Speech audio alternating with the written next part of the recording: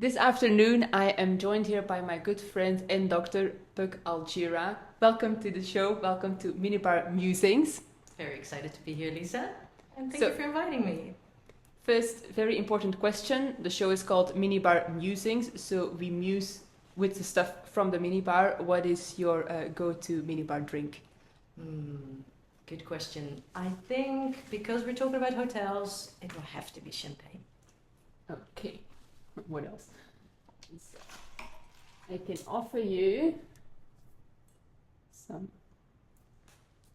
That will do. Okay. Okay, so then now.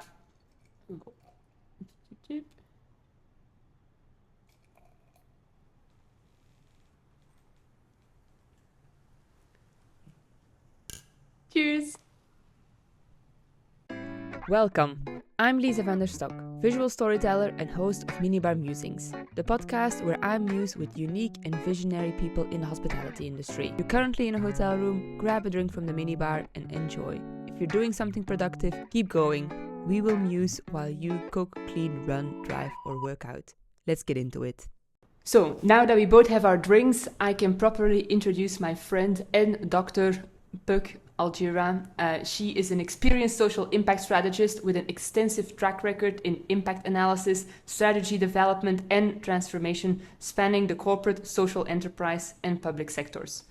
Her impact agency, Kin Strategy and Research, provides research and advisory services to help organizations grow their social impact and become more resilient in a changing environment. So, I'm so happy that you're here. Can you please share a little bit more about your work and your focus? Of course. So, the central driver in all the work that I'm doing is a desire to help leaders and organizations to be better at doing good. In other words, to help them to be more effective at creating social impact. And so my doctoral research focused on successful impact businesses. So businesses with a profit motive, but also with a strong focus on creating social and or environmental change. And I traveled all around the world to interview impact businesses and evaluate their practices. And in my practice, I draw, among other things, on the insights I gained. And I see myself, I suppose, very much as a practical academic. I'm passionate about the cross-pollination between research and practice to maximize positive social impact and change. So with my impact consultancy, Kin Strategy and Research, I help organizations build their capacity to measure and scale their social impact through impact modeling and strategy development. And so before we go any further, how would you define social impact? Yeah, great question. Now, social impact is a concept that is not completely set in stone. There are, however, some key elements to social impact that most experts agree on. One, social impact is about positive effects of a program or organization on people and or communities. Two, it is about addressing a social challenge or creating social value, but focused on the long-term outcomes. And ideally, social impact is about creating structural or systemic change, like tackling symptoms of problems would be insufficient for social impact. And so, according to you, do you think that there's like an increased attention for social impact these days in business and in the hospitality industry? Oh, for sure. Yeah, we see very much an increased attention for social impact. And I think there are a few reasons that are driving this increased attention. One, because of the awareness of the social issues facing us, and both the ability and the responsibility of businesses to do something about them. Two, another important driver is the rise of impact investments, which is investment focused on financial, environmental, and social returns. And this impact investment market is simply booming. The global impact investment market size is anticipated to grow from about 3 trillion US dollars to 7.8 trillion in the next 10 years. And finally, the focus on social impact is seeing increased attention because of increased governmental ESG demands and also favorable government policies in relation to businesses and organizations doing something about social and environmental impact. What are ESG demands? For the less intellectual people here in the room, even me. Those are the demands around environmental, social, and governance of an organization, and it kind of focuses on all the things that don't primarily have to do with making profit, but the responsibility of the business to others. Okay, understood. And so, according to you, like, why is like social impact important for hotels, and what could social impact look like for luxury hotels? Yeah, so I think hotels are generally really well placed to create positive social change for the communities in which they find themselves, and also for the people that work for them. So many top-end hotels here in Asia, for example, are located in beautiful natural environments. And hotels can look at actively supporting the conservation or regeneration of these natural environments as part of their social impact initiatives. And also, hotels are located in communities, and hotels can look at contributing to that community's development.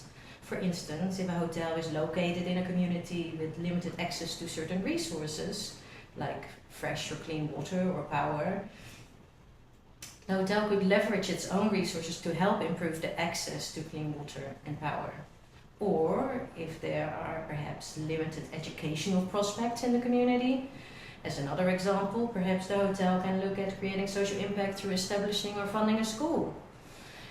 And I suppose that also links to the social impact hotels can make through their employees. For instance, by supporting their employees to be happy, healthy, and educated.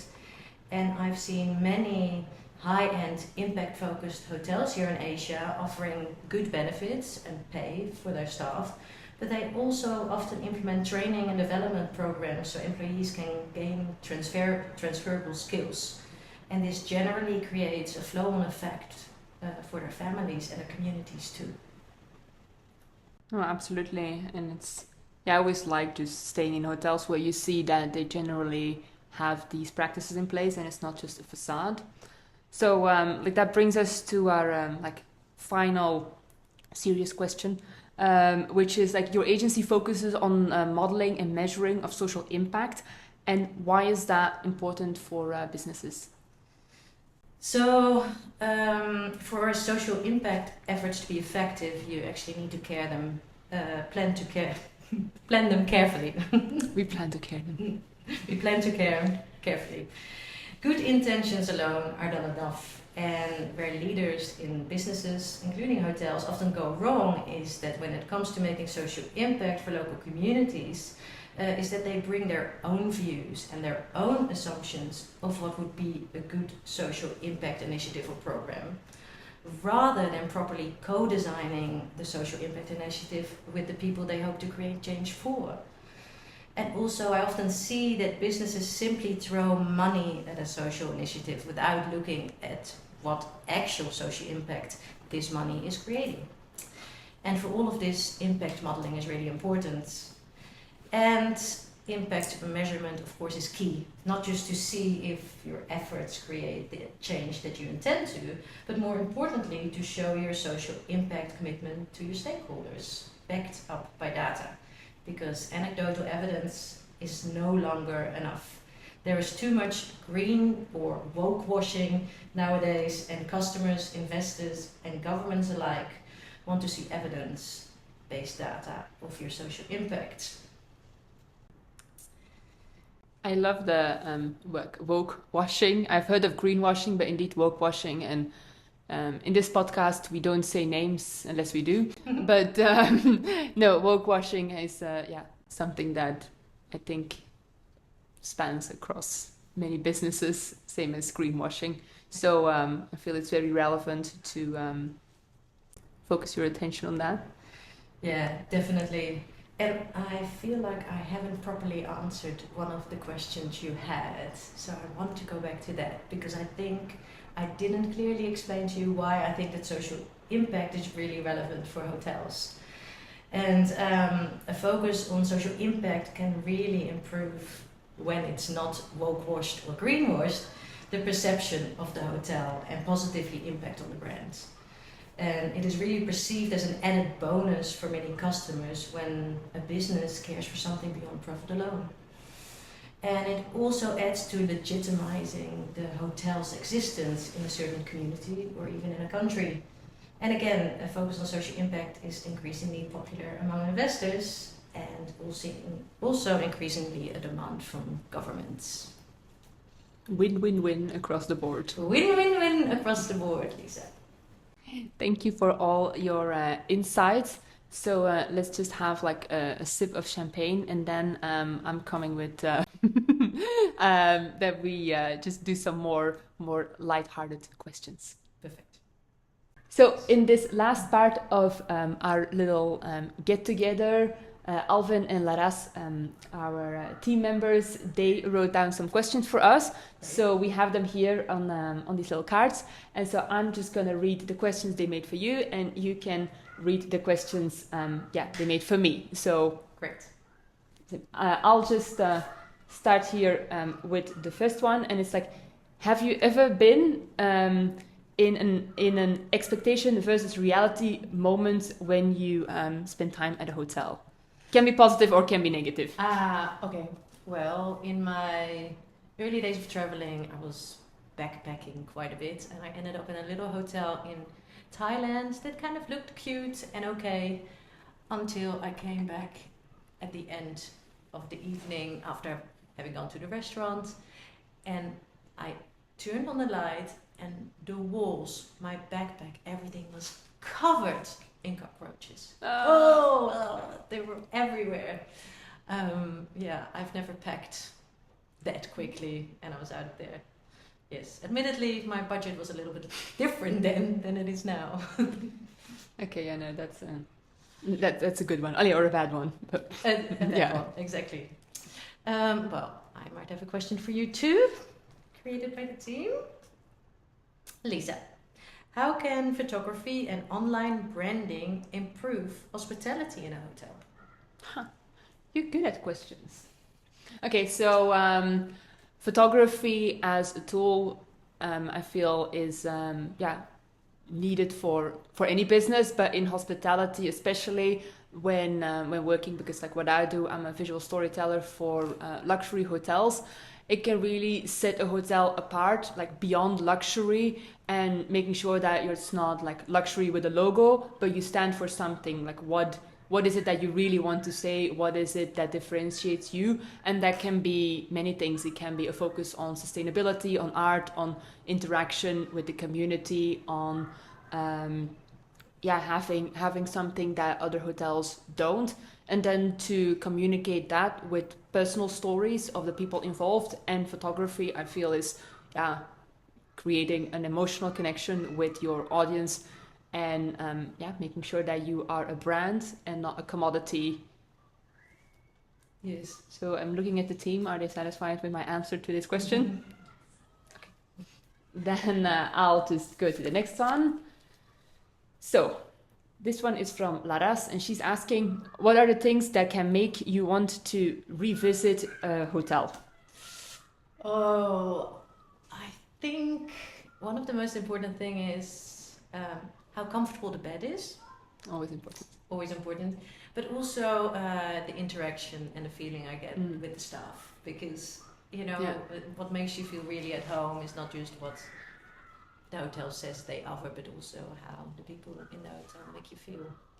No, absolutely. And like today we are here in the Legian, and I feel that the staff is just like next incredible. level. Like Definitely. We've been difficult, and they've just really like did everything and more. So amazing. Yay, yes. Legian. Your turn. Yes, my turn. This is the same question you asked me. Okay. Has there ever been a difference between expectation and reality when you were visiting a hotel? Okay, since you went with cockroaches, I also just went to early days long back, which was, it didn't exceed in the positive, but like the negative. there was this place in India, and it had this big, like, these renders of what the place supposedly looked like, and it was like by the waterfront, and like they also photoshopped all white people in there, and it was as if it was super fancy. And then we came there, and like the waterfront was just like this garbage river. And then everything was just like, could not be further from the reality of what it actually looked like. I was like, the person who made these renders should get a raise or get fired, depending on. So that was fairly literal expectations versus reality. Right. So yeah. And this really nicely goes back to your earlier question, right? Why photography is such an important part of establishing a hotel's position and brand. Yeah, absolutely. But that's also like when you do it like that, it's for a one-time visit. It's not a you will not get any reoccurring customers. That's true. No, that was quite a shock. Okay, so next one. Oh, here this is with some more questions. So this is here we have the first one. What is your favorite hotel memory? Gosh, I think that would have to be when I was visiting Komodo National Park. We were staying in Labuan Bajo, in admittedly a beautiful hotel. And my favorite hotel memory was there because when you opened up the curtains in the morning, you saw this incredible vista of the ocean, the boats. So nature came almost inside your room while you were comfortable in your clean, beautiful bed. It's just perfect. Perfect. What about you, Lisa? So my favorite memory, I mean, I have many, but if I had to pick one, it would be with my mom in the Taj Hotel in Mumbai. So my mom visited while I was doing my PhD. I did it in visual storytelling in mainly in Mumbai. And my mom was like, whenever she had a chance, she just would come and visit. And so she flew in and we stayed at the Taj Mahal Palace in Colaba. And the hotel itself is, I mean, with the heritage, it's just a very beautiful hotel. But then what we did was, like, during the day, she came with me to do photography with the transgender community. So we were like in the community. I mean, she was just like following me, which is what I love doing most. But then in the evenings, afternoons, we went to the hotel to really like enjoy and have like rooftop dinner, and it was just best of both worlds. And to share that with my mom was very, very special. So that sounds very special. Yeah, beautiful. And that was also the last trip we did before she got sick, and like that was like all carefree, and there was nothing to. I mean, there was like no worries. So that was I would say that's my favorite hotel memory. Wow. That brings us to what is a must-have amenity in a hotel room for you, Dr. Berg? Full-length mirror. Good lighting. Sure. For makeup and other things. A bath, because normally I never take baths apart from when I go to a hotel, with a separate shower though. And doors in front of the toilets. So demanding you are. I am. Like 3 things, 4 things. It's like one. Just give one. Okay, fair enough. You said amenities. Hey. Okay. Yeah. And you? What's important for you, Lisa? For me, a good bathrobe. That is What is a good bathrobe? One that goes all the way down. All the way down. No, like all the way down, and also nice like nice and fluffy and warm. Like also depending on the climate, but even in a warm climate, because like the airco. No, like even at one point I was in a hotel where I loved the bathrobe so much that my boyfriend at the time went to buy it for me, and then the hotel didn't want to sell it. So we're not stealing things. Like, he went to buy it, and then like it took so long negotiation because they didn't understand the question. But then he went and bought it for me. So that I still have that bathrobe, and it's very dear to my heart. Amazing. Yes. The pinnacle of good hotel service. Personalized notes on the bed. Yeah, we got one here. Really? I love from that. Mrs. van der Stok. And this might sound like a detail, but I really love chocolate. So when they leave really good quality chocolate selection on the bed after your bed's been made, that's the pinnacle of luxury for me. Chocolate on it. No, that's a good one. Good quality chocolate stuff. Yeah, important. Yeah. And for you? So for me, it would be the interactions with the staff. It's and also the like reading the room, to say like that, as a staff. And I have like I can give two examples of that. One is again, I was traveling with my mom, but then my mom had cancer, so she was quite sick. But then she was like, let's just still travel. So we went to Venice, and there she had to go to the hospital, and it was like a quite a serious thing. So then the staff in the hotel we stayed, they were like so caring afterwards, and it was clear that even the staff that was not on duty was informed about me and like the situation. So everybody was checking in, everybody was just asking. And of course, I know it's protocol, I know like if the people really care or not, like that's not even the point, but just the fact that everybody was considerate. So considerate. And so that was one example of a good hotel that just really cares about you as a guest. And then the flip coin, or like the other side of that, is also the flip side, reading the room when you should do the opposite. And that was again also with my mom.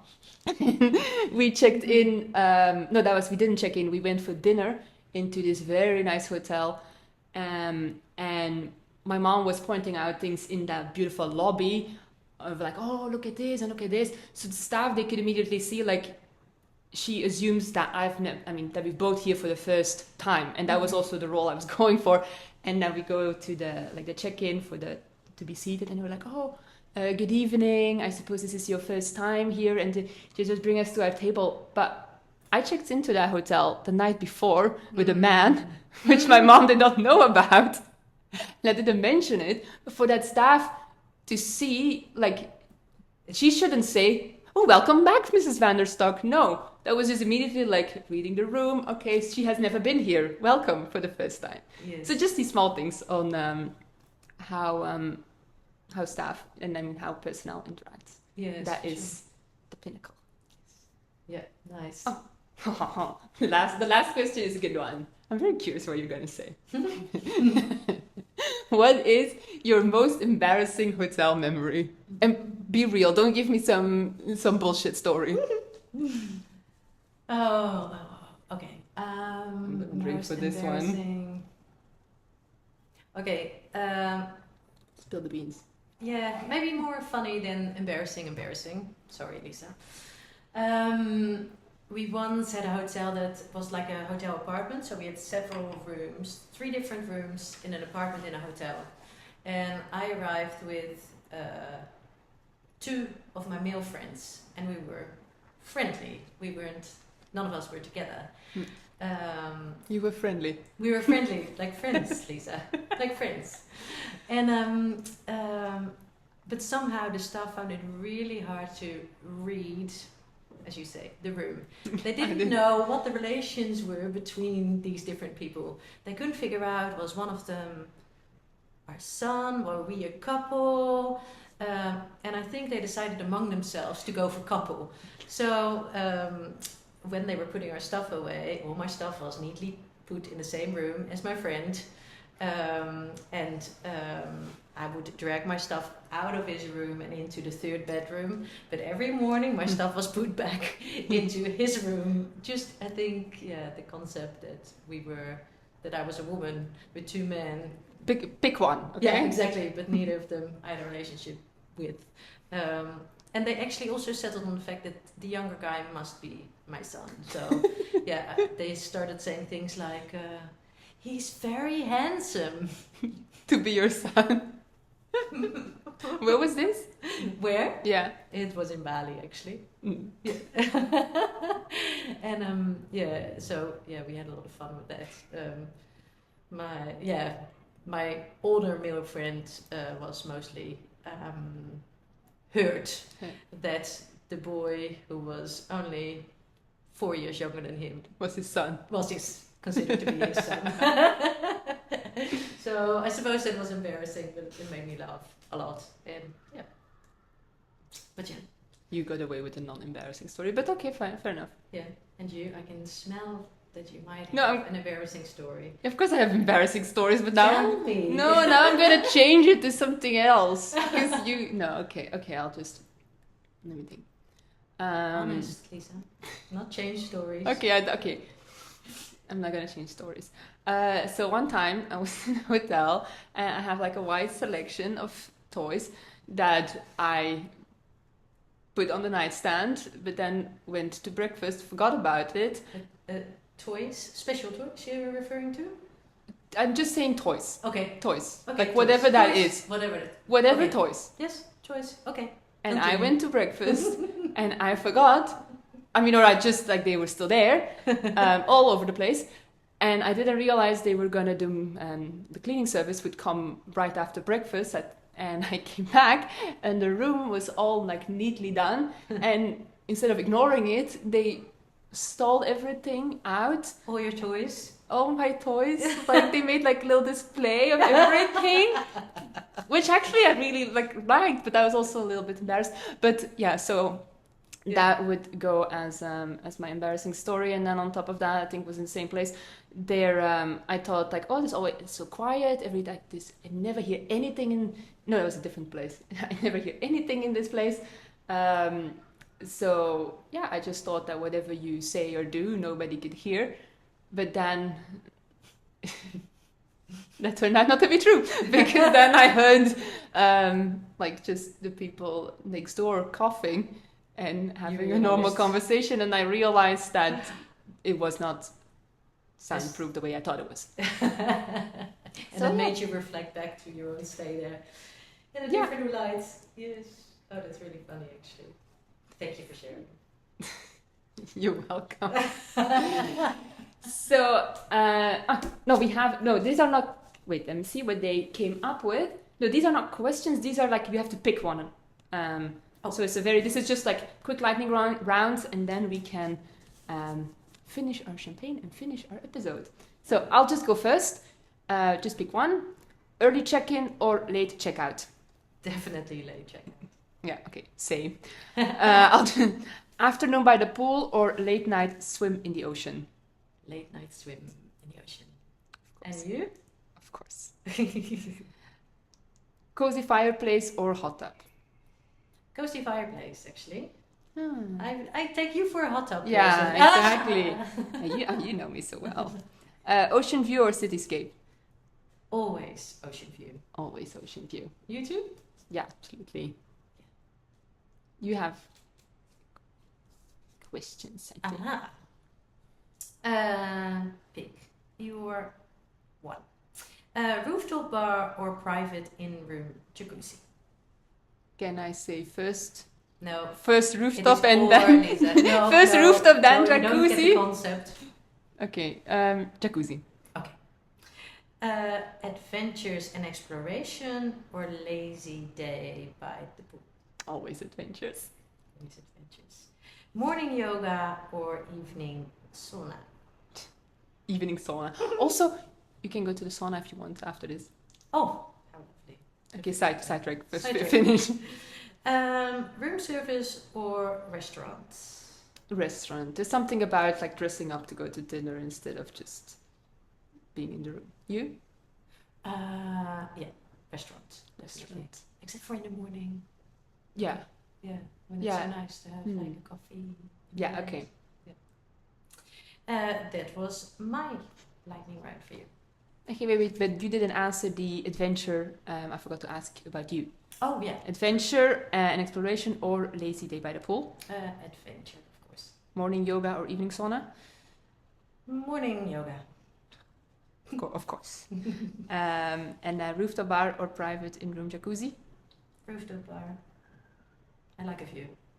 Me too. But like, I have a view from the private in-room jacuzzi as well. Okay. Okay, cool. That concludes the questions. Ladies behind the camera and the audio, thank you for making the questions. And Dr. Puck, thank you so much for being here with me on this Minibar Musings. And yeah, that's it. My pleasure.